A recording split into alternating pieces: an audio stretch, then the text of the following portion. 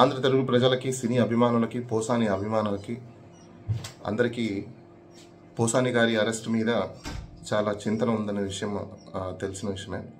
అయితే నేను పోసాని గారితో మార్నింగ్ మాట్లాడడం అయితే జరిగింది. పోలీస్ వాళ్ళు అరెస్ట్ చేసిన తర్వాత ఆయన ట్రావెల్లో ఉన్న టైంలో పోసాని గారి ప్రస్తుతం అయితే ఆయన బాగానే ఉన్నారు. అదేవిధంగా ఆయనకు అనారోగ్య కారణం చేత ఆయన పోలీస్ వాళ్ళు అరెస్ట్ చేసేటప్పుడు కూడా చెప్పారు. కానీ పోలీస్ వాళ్ళు ఏమాత్రం దాన్ని పట్టించుకోకుండా, ఏమాత్రం గైడ్లైన్స్ని ఫాలో అవ్వకుండా, ఏమాత్రం అర్నేష్ కుమార్ జడ్జ్మెంట్ని కానీ, లేకపోతే బిఎన్ఎస్ఎస్ యాక్ట్ని కానీ, లేకపోతే సీనియర్ సిటిజన్ కానీ దేన్ని కూడా ఫాలో అవ్వకుండా ఆయనను భయభ్రాంతులకి గురి చేసి ఆయన ఇంటి దగ్గర నుంచే తీసుకురావడం అయితే జరిగింది.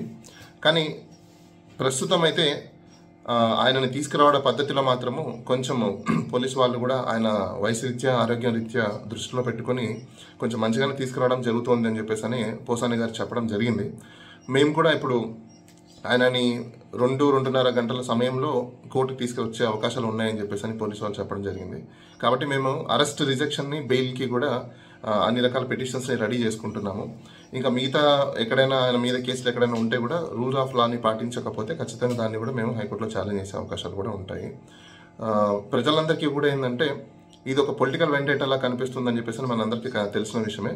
పోలీసు వాళ్ళు ఇలాంటి చర్యలు తీసుకోకుండా ప్రతి ఒక్కరిని రూల్ ఆఫ్ లా పాటించి వాళ్ళ యొక్క ప్రొసీజర్ని ఫాలో అయితే మంచిగా ఉంటుందని మనం కోరుకోవాలి.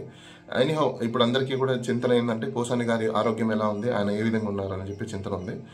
ప్రస్తుతానికైతే పోసాని గారు బాగానే ఉన్నారు. ఆయన ఆరోగ్యం అయితే ఇంకా మనం ఆయన వచ్చిన తర్వాత చూసిన తర్వాత తెలుస్తుంది.